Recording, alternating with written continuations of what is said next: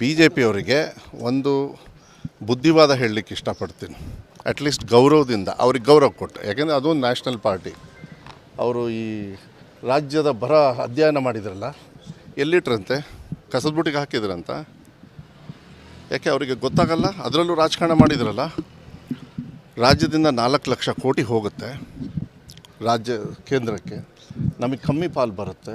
ಮಾನ್ಯ ಮುಖ್ಯಮಂತ್ರಿಗಳು ಹೇಳ್ತಾ ಇದ್ದಾರೆ, ಇಂಥದ್ದು ಹೋಗ್ಬಿಟ್ಟು ಮಾಡಬೇಕು. ಇದನ್ನು ನಾನು ಭಾಳ ರಾಜಕೀಯವಾಗಿ ಲಾಭ ಇಲ್ಲಾಂದರೆ ಎಲೆಕ್ಷನ್ ಬಂತು ಇಂಥ ಪ್ರಕ್ರಿಯೆ ಅಲ್ಲ.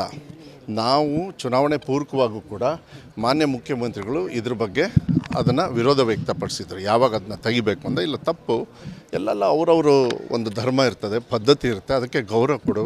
ನಮ್ಮ ದೇಶ ಇಷ್ಟೊಂದು ಪ್ರಸಿದ್ಧಿಯಾಗಿದ್ದೇ ಈ ವಿಚಾರದಲ್ಲಿ, ಈ ಗಲಭೆಯಲ್ಲ. ಪರೇಶ್ ಮೇಸ್ತಾ ಅಂಥದ್ದನ್ನು ತೊಗೊಳ್ಳೋದು, ಚುನಾವಣೆಗೆ ಹೋಗೋದು. ಶಿವಮೊಗ್ಗದಲ್ಲಿ ಏನಾಯಿತು? ಮೊನ್ನೆ ರಾಗಿಗುಡ್ಡಕ್ಕೆ ಮತ್ತೆ ಕೈ ಹಾಕಕ್ಕೆ ಹೊಂಟಿದ್ರು. ಬೇರೆ ಸಂದರ್ಭ ಆಗಿದ್ರೆ ಏನು ಮಾಡಿರೋರು? ಅದಕ್ಕೆ ನಾನು ಹೇಳೋದು, ಹಿಜಾಬ್ ವಿಚಾರನ ಮಾನ್ಯ ಮುಖ್ಯಮಂತ್ರಿಗಳು ಏನು ನಿನ್ನೆ ಹೇಳಿದ್ದಾರೆ, ಒಂದು ಪಬ್ಲಿಕ್ ಒಂದು ವೇದಿಕೆಯಲ್ಲಿ ಯಾರೋ ಪಾಪ ಕೇಳಿದ್ದಾರೆ ಹಿಜಾಬ್ ಬಗ್ಗೆ ಏನು ಅಂಥೇಳಿ. ಆವಾಗ ಅವ್ರು ಹೇಳಿದ್ದಾರೆ, ನಮ್ಮ ಒಂದು ಪದ್ಧತಿಯನ್ನು, ಅದು ಬಹಳ ಹೃದಯ ಶ್ರೀಮಂತಿಗೆ ಯಾರು ಸಿದ್ದರಾಮಯ್ಯವರು, ನೀವು ನಿಮ್ಮ ಪದ್ಧತಿನ ನೀವು ಮಾಡಬೇಕು, ನಾವೊಂದು ಧರ್ಮ, ಒಂದು ಜಾತಿ, ಒಂದು ಪದ್ಧತಿಯಲ್ಲಿ ಇರ್ತೀವಿ, ಆ ಪದ್ಧತಿಯನ್ನು ನೀವು ಮಾಡ್ಕೊಂಡು ಹೋಗ್ತೀರಿ ಅಂತೇಳಿ. ಇಷ್ಟು ವರ್ಷ ಇರಲಿಲ್ಲ ರೀ. ಹೋದ ಸತಿ ಹಿಜಾಬ್ನ ಎಲೆಕ್ಷನ್ ಪೂರ್ವಕವಾಗಿ ತಂದಿರೋದು ಒಂದು ಬಿಟ್ಟರೆ ಮತ್ತು ಅದನ್ನು ವಿಚಾರವನ್ನು ಎತ್ತಿದ್ದಾರೆ.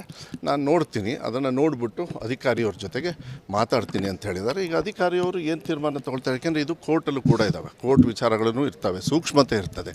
ಮಕ್ಕಳು ಶಾಲೆಯಲ್ಲಿ ಹೋಗಬೇಕಾದ್ರೆ ನೀವೇ ಹೇಳ್ತೀರಿ ಏನಂತ, ಇದು ಸೂಕ್ಷ್ಮತೆ ಇರಬೇಕು, ಯಾಕೆ ಯೂನಿಫಾರ್ಮ್ ಇರಬೇಕು. ಅದೇ ರೀತಿ ಒಂದು ಧರ್ಮಕ್ಕೂ ಕೂಡ ಗೌರವ ಕೊಡಬೇಕಾಗ್ತದೆ, ಹಿಂದೂ ಆಗಲಿ, ಮುಸ್ಲಿಮ್ ಆಗಲಿ, ಕ್ರಿಶ್ಚನ್ ಆಗಲಿ. ಅದು ನನ್ನ ಇದು. ನೋಡೋಣ ಮಾನ್ಯ ಮುಖ್ಯಮಂತ್ರಿಗಳು ಏನು ತೀರ್ಮಾನ ತೊಗೊಳ್ತಾರೆ.